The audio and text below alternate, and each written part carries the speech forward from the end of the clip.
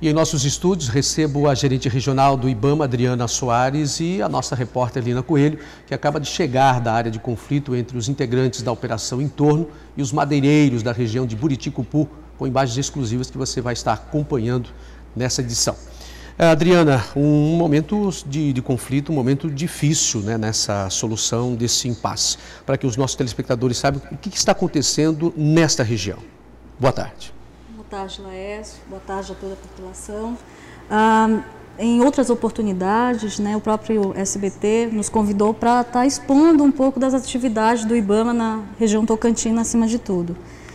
Desde janeiro, nós estamos inseridos no Plano Nacional de Combate ao Desmatamento, né?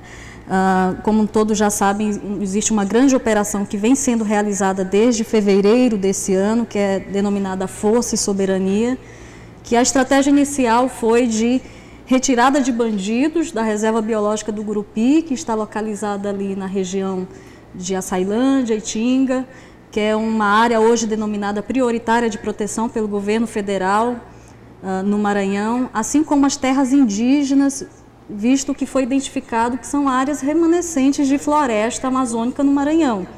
Acabando essas áreas, o Maranhão fica praticamente sem área florestada do bioma amazônico.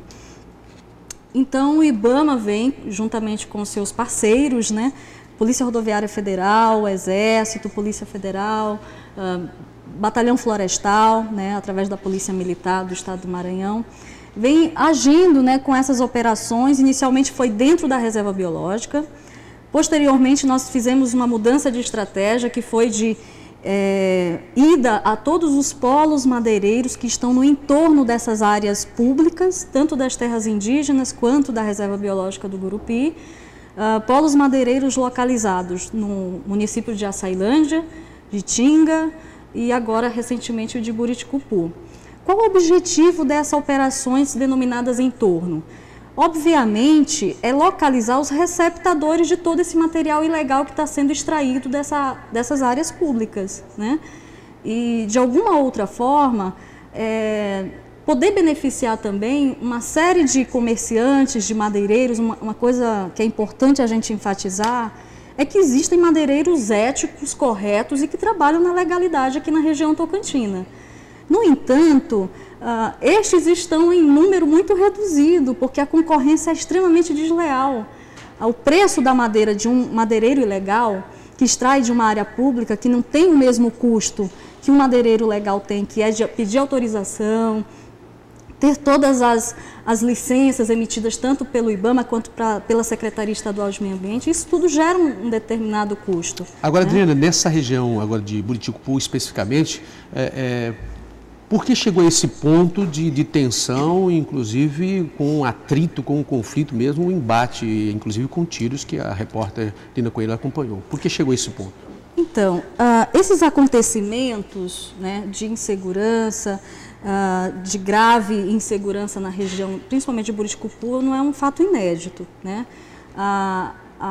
O município de Buriticupu, a economia do município de Buriticupu, em geral, ela gira em torno da extração ilegal de madeira nessa localidade. Então, o que acontece?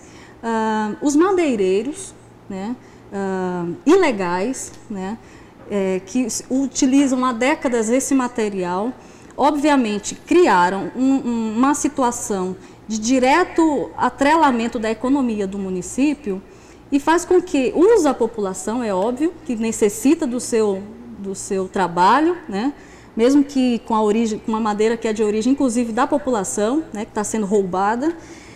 No entanto, o município de Buriticupu é um município pobre. A maioria da população é uma população pobre. A renda está concentrada nos grandes madeireiros e madeireiros que estão retirando madeira ilegal de áreas públicas. Lina Coelho esteve lá, chegou há pouco de lá. A situação, Lina, como é que você vivenciou a situação, inclusive? Não foi só um conflito, um embate, não foi realmente tiros que você vivenciou, uma situação difícil, nossa equipe de reportagem. Foi um clima, ainda está em clima muito tenso lá, viu, Adriana?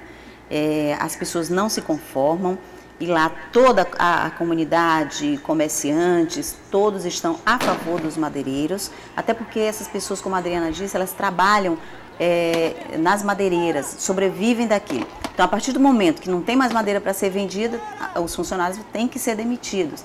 E isso foi uma coisa que os próprios madeireiros passaram para eles, né? Olha, se não tiver madeira, vocês vão ser demitidos. Então, eles ficaram com medo e aí começaram, né? Eles fizeram aí, olha, esse aí foi o momento que nós estávamos no tiroteio, nosso carro ficou no meio do fogo cruzado, nós vivenciamos tudo, foi muita intranquilidade no momento.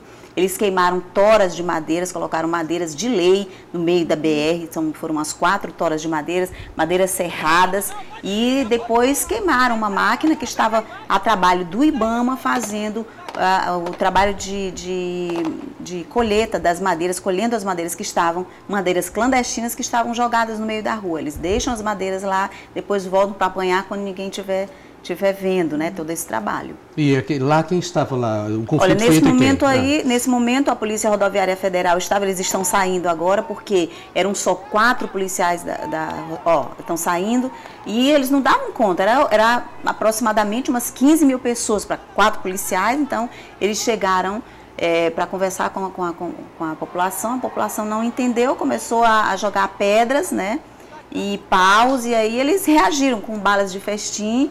Depois eu acho que teve, não sei quem estava com balas verdadeiras, né? Se gente da comunidade, porque na verdade tinha muita gente embriagada junto também. Então, esse momento aí foi o momento que eles estavam queimando a máquina que estava fazendo o carregamento das madeiras, né? A retirada das madeiras.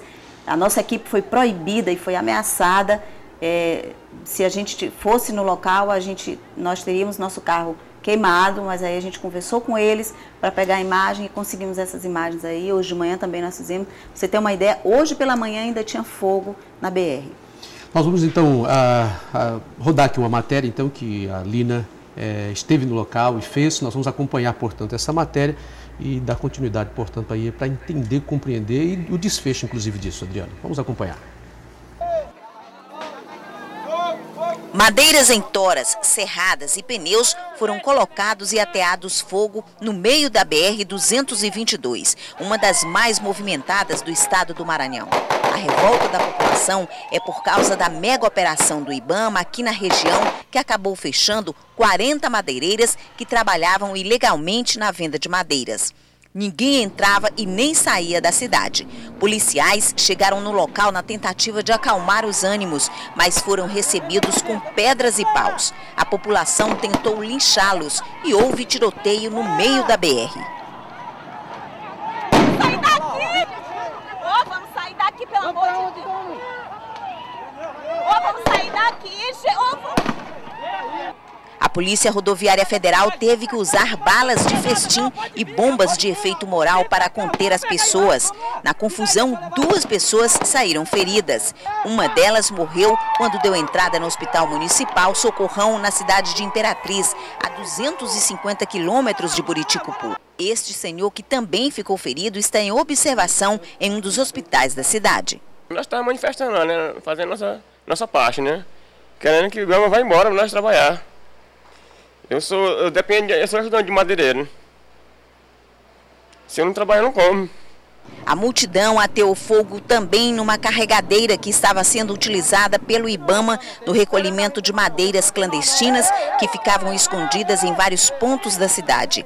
Esta semana, fiscais do IBAMA, Polícia Rodoviária Federal e Exército recolheram toras de madeiras de lei como maçaranduba, jatobá, ipê, andiroba e angelim, deixadas clandestinamente pelos madeireiros no meio das ruas da cidade. Parte dessa madeira apreendida foi extraída na reserva do Gurupi, último remanescente de floresta amazônica no estado do Maranhão. A reserva é considerada uma área prioritária para a conservação. Bem, Adriana, a partir daí, qual o caminho agora para se tomar para resolver esse impasse? Então, isso aí vocês tiveram comprovação, né, que o crime demonstra sua força, é usado quando o poder público tenta cumprir o seu dever, né? A partir de agora, o IBAMA, juntamente com os órgãos de segurança, né, vai retomar o planejamento para cumprimento da finalidade que foi definida para essa região, que é de definitivamente parar o processo de extração ilegal de madeira na região e começarmos a dialogar com um processo sério de economia florestada. O Ministério do Meio Ambiente veio agora recentemente com a proposta de criação do Distrito Florestal Sustentável, que é exatamente um subsídio, né, uma política pública governamental para incentivar a economia de florestas aqui na região tocantina. E a gente não ter que ver uma cena como essa de bandidos utilizando-se da boa-fé da população, né, e que historicamente há décadas vem utilizando um bem que é público e que o Maranhão não pode e não deve mais admitir que isso volte a acontecer. Então, a partir de agora é retomar o planejamento e finalizar as ações conforme o planejado. Muito bem. Lina, difícil, né? Adriana, em quais as áreas que são de responsabilidade do IBAMA? O Estado, ele tem como é que está essa questão? Então, a gestão florestal não é mais a gestão florestal de áreas não públicas. A partir do ano de 2006, não compete mais ao IBAMA executar, e sim ao governo do Estado do Maranhão. No caso, o IBAMA ele vai ficar responsável pela gestão de áreas de florestas públicas. Então, a gente está num processo de transição com o governo do Estado do Maranhão. Ontem nós solicitamos ao secretário estadual de Meio Ambiente, Otelino, que faça uma agenda com a secretária de Segurança Pública, Eurídice Vidigal, para que, juntamente com a União, possamos formar um plano de trabalho, né, de transição dessas responsabilidades que a União até o momento tinha e que a partir de agora o governo do Estado do Maranhão passará a ter.